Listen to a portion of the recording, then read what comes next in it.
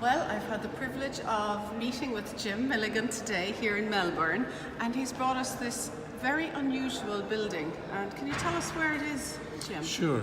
We're actually in the Immigration Museum, which is now housed in what was the Customs House of Melbourne back in the 19th century. And the Customs House is right beside the Yarra River, and at a particular point in the Yarra River called the Turning Basin, because the tall ships would come up from the bay, from the ocean, into the bay, into the river, and they could only come so far. And that so far was right outside here. And so that's why the Customs House was built just here. Because it was near the turning basin on the river. The ships could then turn back and go back down to the ocean. So as you say, it's now the Immigration Museum, and a great use for an otherwise unused old building. And Jim, would you class yourself as an immigrant to this country? With an accent like this? I most certainly am. So you must have a story there. So where did you yourself come from? Well, I guess the interesting thing is that my name is Milligan, which is Irish, but I'm Scottish.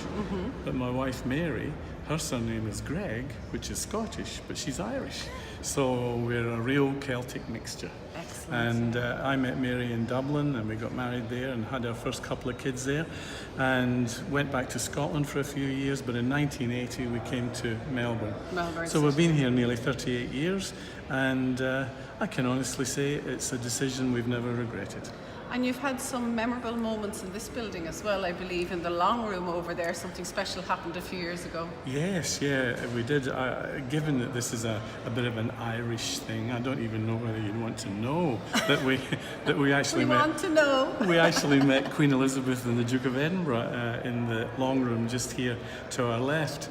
So you and your wife were picked with many other we were picked couples. with 200 other couples from every nation on the face of the earth, because Melbourne is a very multicultural society with people from, I think, somewhere around 180 countries and territories around the world.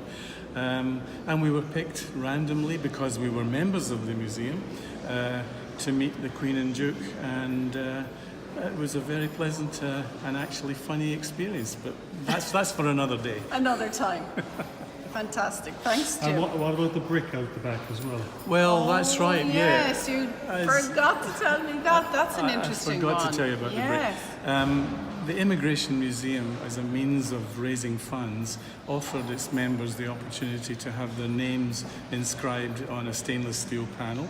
And if you go out now to the rear courtyard in the museum, you will see that the walls of the courtyard, and indeed the pools on the floor of the courtyard, are covered in the names of migrants from all over the world, including Jim and Mary Milligan. And you're one of them. We're one of them. So it's a nice place for our kids and our grandchildren and other generations to come back and say, that was my papa and nana. Oh, lovely. Thanks very much, Jim. Thank you. My pleasure.